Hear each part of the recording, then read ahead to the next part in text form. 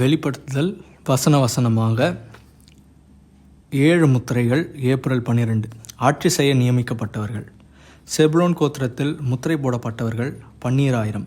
யோசேப்பு கோத்திரத்தில் முத்திரை போடப்பட்டவர்கள் 12000. பென்யமின் கோத்திரத்தில் முத்திரை போடப்பட்டவர்கள் 12000. வெளிப்படுத்துதல் 7:8. செபுலோன் என்றால் வாசஸ்தலம் என்ற அர்த்தம். எல்லா கோத்திரங்களிலும் செபுலோன் கோத்திரம்தான் சவுல் மரித்த பிறகு தாவீதுக்காக போரிட தயாராக இருந்தனர்.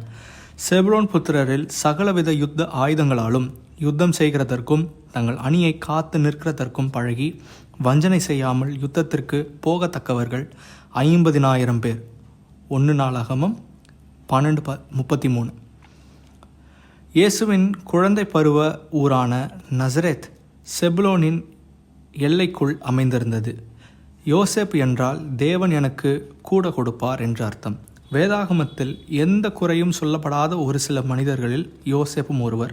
எகிப்தில் அவர் பதவி உயர்வு பெற்ற பிறகு அவரது சகோதரர்கள் தாங்கள் அவருக்கு எதிராக செய்த பாவத்திற்கு அவர் பழி வாங்குவாரோ என்று பயந்தார்கள். ஆனால் அவர்கள் இரக்கம் வேண்டிய போது யோசேப்பு, நீங்கள் அல்ல, தேவனே என்னை இவ்விடத்திற்கு அனுப்பினார்.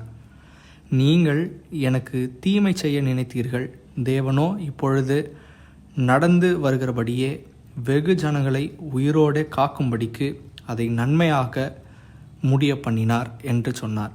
ஆதியாகமம் 45:8, 50, 20. இவ்வாறு யோசேப்பு இயேசுவை சுட்டி காட்டுகிற ஒரு நபராக இருக்கிறார். பென்யமின் என்றால் அவரது வலது கையின் குமாரன் என்று அர்த்தம். ராகேல் மரிக்கும்போது தான் பிரசவித்த ஆண் குழந்தைக்கு பெனோனி என்று பெயர் வைத்தாள். அதற்கு என் துக்கத்தின் மகன் என்று அர்த்தம். ஆனால் அவனது தகப்பன் அவனுக்கு பென்யமின் என்று பெயரிட்டார். ஆதியாகமம் 35:18. பென்யமின் பெத்லகேமில் பிறந்தார்.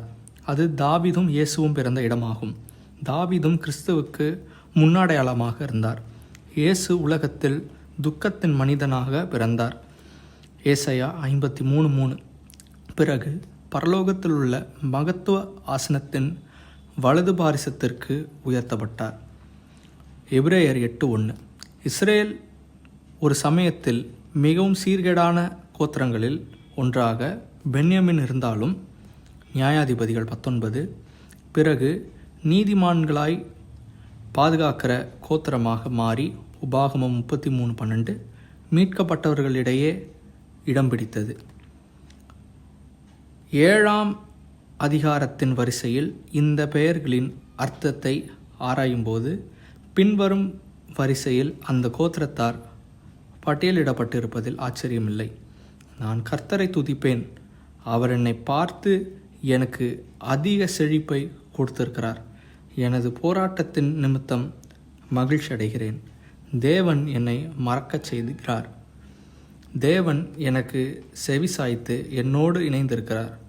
அவர் எனக்கு ஒரு வாசஸ்தலத்தை கிரயங்கொடுத்து வாங்கியிருக்கிறார். தேவன் தம்முடைய வலது பார்சத்தின் குமாரனை எனக்கு கூட கொடுப்பார்.